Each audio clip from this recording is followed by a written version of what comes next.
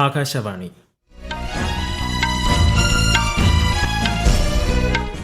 നമസ്കാരം. വാർത്തകൾ വായിക്കുന്നത് ഹരിഷ്ണ.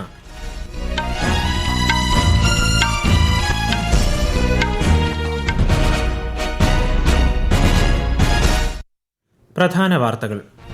കർഷകർ രാഷ്ട്രനിർമ്മാണത്തിന്റെ സുപ്രധാന ഭാഗമാണെന്ന് പ്രധാനമന്ത്രി നരേന്ദ്രമോദി. ന്യൂഡൽഹിയിൽ നടന്ന പൊങ്കൽ ആഘോഷങ്ങളിൽ പ്രധാനമന്ത്രി പങ്കെടുത്തു.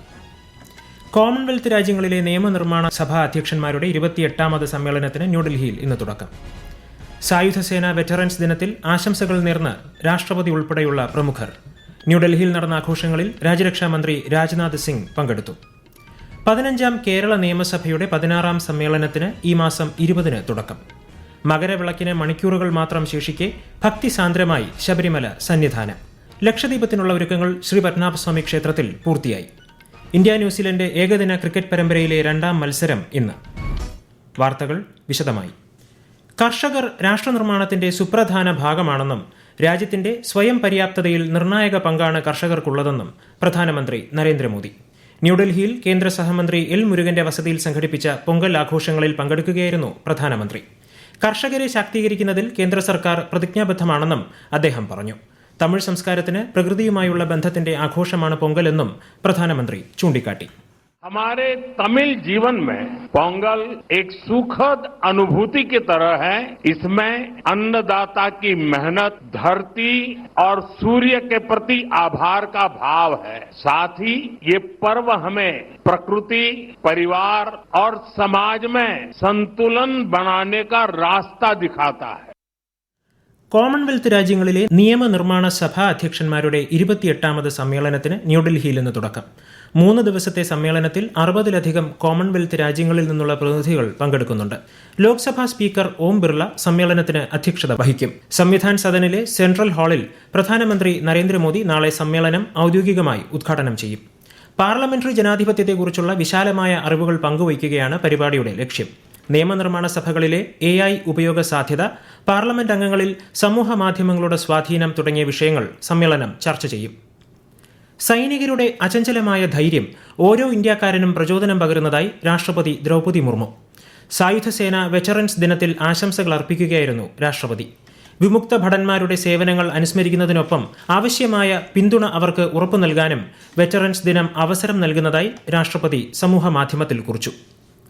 വിമുക്ത ഭടന്മാർ നൽകിയ സേവനം രാജ്യത്തിന്റെ നിലനിൽപ്പിന്റെ അടിസ്ഥാന ശിലയാണെന്ന് രാജ്യരക്ഷാമന്ത്രി രാജ്നാഥ് സിംഗ്. ഭാവി തലമുറയ്ക്ക് അവർ പകർന്നു നൽകുന്ന മഹത്തായ മാതൃക സമാനതകളില്ലാത്തതാണെന്നും അദ്ദേഹം അഭിപ്രായപ്പെട്ടു. ന്യൂഡൽഹിയിൽ സായുധസേന വെറ്ററൻസ് ദിനാഘോഷത്തെ അഭിസംബോധന ചെയ്യുകയായിരുന്നു രാജ്യരക്ഷാമന്ത്രി. साथियों, आप सभी केवल सर्विस से रिटायर हुए एक सैनिक मात्र नहीं हैं. आप हमारी राष्ट्रीय चेतना के जीवंत स्तंभ हैं.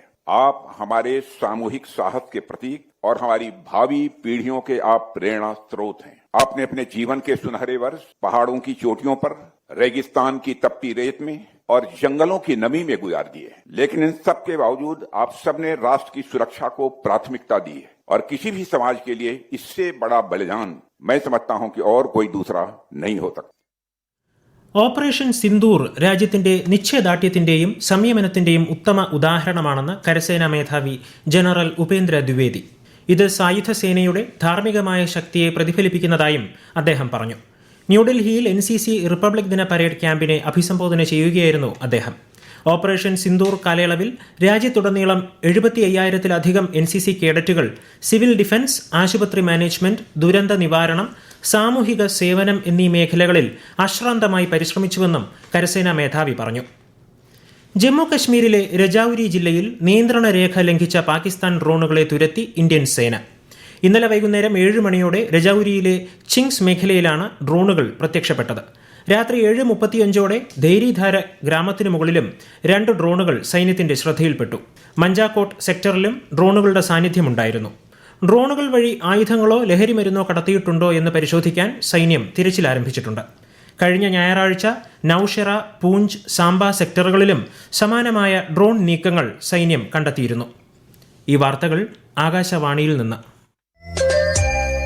ആകാശവാണി വാർത്തകളും വാർത്താ അധിഷ്ഠിത പരിപാടികളും All India Radio news Thiruvananthapuram YouTube ചാനലിലും at All India Radio news Thiruvananthapuram Facebook പേജിലും AIR ന്യൂസ് _ ഇൻസ്റ്റഗ്രാം അക്കൌണ്ടിലും at AIR news _ TVM X ഹാൻഡിലും ലഭ്യമാണ്. കോട്ടയം, എറണാകുളം ജില്ലകളിലേക്കും കേന്ദ്രഭരണ പ്രദേശമായ ലക്ഷദ്വീപിലേക്കും ആകാശവാണി പാർട്ട് ടൈം കറസ്പോണ്ടന്റിനെ കരാർ അടിസ്ഥാനത്തിൽ നിയമിക്കുന്നതിന് അപേക്ഷ ക്ഷണിക്കുന്നു. അപേക്ഷകർ ജില്ലാ ആസ്ഥാനത്ത് നിന്നും 10 കിലോമീറ്റർ ചുറ്റളവിൽ സ്ഥിരതാമസക്കാരായിരിക്കണം. കൂടുതൽ വിവരങ്ങൾക്ക് www.newsonair.gov.in, prasarbharati.gov.in/pbvacancies എന്നിവ സന്ദർശിക്കുക. അപേക്ഷകൾ സ്വീകരിക്കുന്ന അവസാന തീയതി ഈ മാസം 31.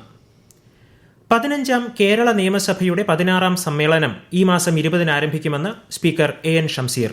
ഗവർണറുടെ നയപ്രഖ്യാപന പ്രസംഗത്തോടെയാണ് സഭാ സമ്മേളനം ആരംഭിക്കുക. ഈ മാസം 29 ധനമന്ത്രി KN ബാലഗോപാൽ സംസ്ഥാന ബജറ്റ് അവതരിപ്പിക്കും. മാർച്ച് 26 വരെ 32 ദിവസമാണ് സഭ സമ്മേളിക്കുക. കലാമേളകളിൽ പങ്കാളിത്തത്തിനാണ് പ്രാധാന്യമെന്നും മത്സരം ഒരാളുടെയും കഴിവിന്റെ ആത്യന്തികമായ അളവുകോലല്ല എന്നും മുഖ്യമന്ത്രി പിണറായി വിജയൻ.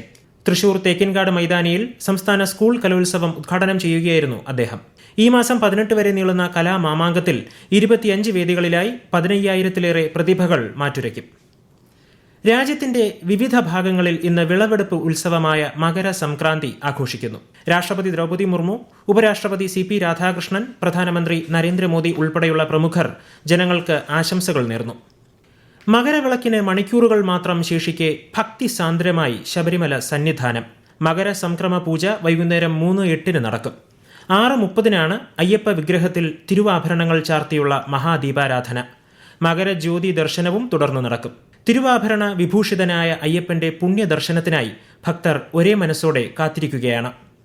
ശബരിമല മകരവിളക്ക് മഹോത്സവത്തോടനുബന്ധിച്ച് ഇടുക്കി ജില്ലയിൽ തീർത്ഥാടകർക്കായി വിപുലമായ സുരക്ഷാ ക്രമീകരണങ്ങളും അടിസ്ഥാന സൗകര്യങ്ങളുമാണ് ഒരുക്കിയിട്ടുള്ളത്.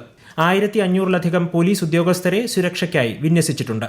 പുല്ലുമേട് ഉൾപ്പെടെയുള്ള കാനന പാതകളിൽ കർശന നിയന്ത്രണങ്ങൾ ഏർപ്പെടുത്തി. വിശദാംശങ്ങളുമായി ആകാശവാണി ഇടുക്കി ജില്ലാ പ്രതിനിധി രതീഷ് കൃഷ്ണ. പുല്ലുമേട്, കോഴിക്കാനം ഭാഗങ്ങളിൽ തീർത്ഥാടകരുടെ സുരക്ഷ മുൻനിർത്തി പ്രത്യേക പോലീസ് എയ്ഡ് പോസ്റ്റുകളും വനംവകുപ്പിന്റെ എലിഫന്റ് സ്ക്വാഡിനെയും നിയോഗിച്ചിട്ടുണ്ട്. വന്യമൃഗശല്യം തടയാൻ കാനനപാതയിൽ ഓരോ കിലോമീറ്ററിലും വനംവകുപ്പ് ഉദ്യോഗസ്ഥരുടെ പോയിന്റ് ഡ്യൂട്ടി ഉറപ്പാക്കി. കുമളി കോഴിക്കാനം റൂട്ടിൽ രാവിലെ 6 മണി മുതൽ KSRTC പ്രത്യേക സർവീസുകൾ നടത്തുന്നുണ്ട്. ആരോഗ്യവകുപ്പിന്റെ നേതൃത്വത്തിലുള്ള മെഡിക്കൽ ടീമുകളെയും കുടിവെള്ളം, ശുചിമുറി തുടങ്ങിയ പ്രാഥമിക സൗകര്യങ്ങളും വിവിധയിടങ്ങളിൽ സജ്ജീകരിച്ചിട്ടുണ്ട്. തീർത്ഥാടകർ സുരക്ഷാ നിർദ്ദേശങ്ങൾ കർശനമായി പാലിക്കണമെന്ന് അധികൃതർ അറിയിച്ചു. തിരുവനന്തപുരം ശ്രീ പത്മനാഭസ്വാമി ക്ഷേത്രത്തിലെ 56 ദിവസം നീണ്ട മുറജപത്തിന് സമാപനം കുറിച്ചുള്ള ലക്ഷദീപം ഇന്ന് നടക്കും. നവംബർ 20 ആരംഭിച്ച മുറജപ ചടങ്ങുകൾക്കൊടുവിലാണ് ലക്ഷദീപം തെളിയിക്കുന്നത്. ലക്ഷദീപത്തോടനുബന്ധിച്ച് തിരുവനന്തപുരം നഗരത്തിൽ ഗതാഗത ക്രമീകരണം ഏർപ്പെടുത്തി.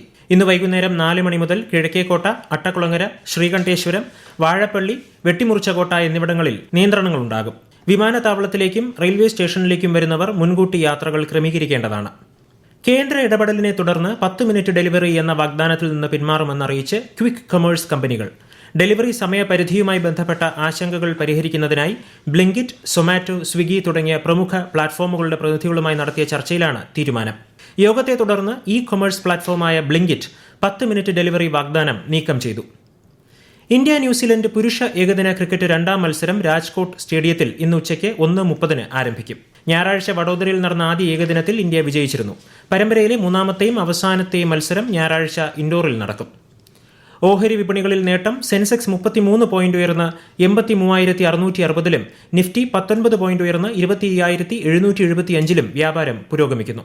സ്വർണ്ണവില വർദ്ധിച്ചു. പവന് 800 രൂപ വർദ്ധിച്ച് 1,05,320 രൂപയാണ് ഇന്നത്തെ വില. ഈ മാസത്തെ ഏറ്റവും ഉയർന്ന വിലയാണിത്. ഇറാനിലെ ഭരണവിരുദ്ധ പ്രക്ഷോഭങ്ങളിൽ കൊല്ലപ്പെട്ടവരുടെ എണ്ണം 2,500 കവിഞ്ഞതായി US ഏജൻസി. 2,400-ഓളം പ്രതിഷേധക്കാർക്ക് പുറമെ 12 കുട്ടികളും മരിച്ചവരിൽ ഉൾപ്പെടുന്നു. പ്രധാന വാർത്തകൾ വീണ്ടും. കർഷകർ രാഷ്ട്രനിർമ്മാണത്തിന്റെ സുപ്രധാന ഭാഗമാണെന്ന് പ്രധാനമന്ത്രി നരേന്ദ്രമോദി.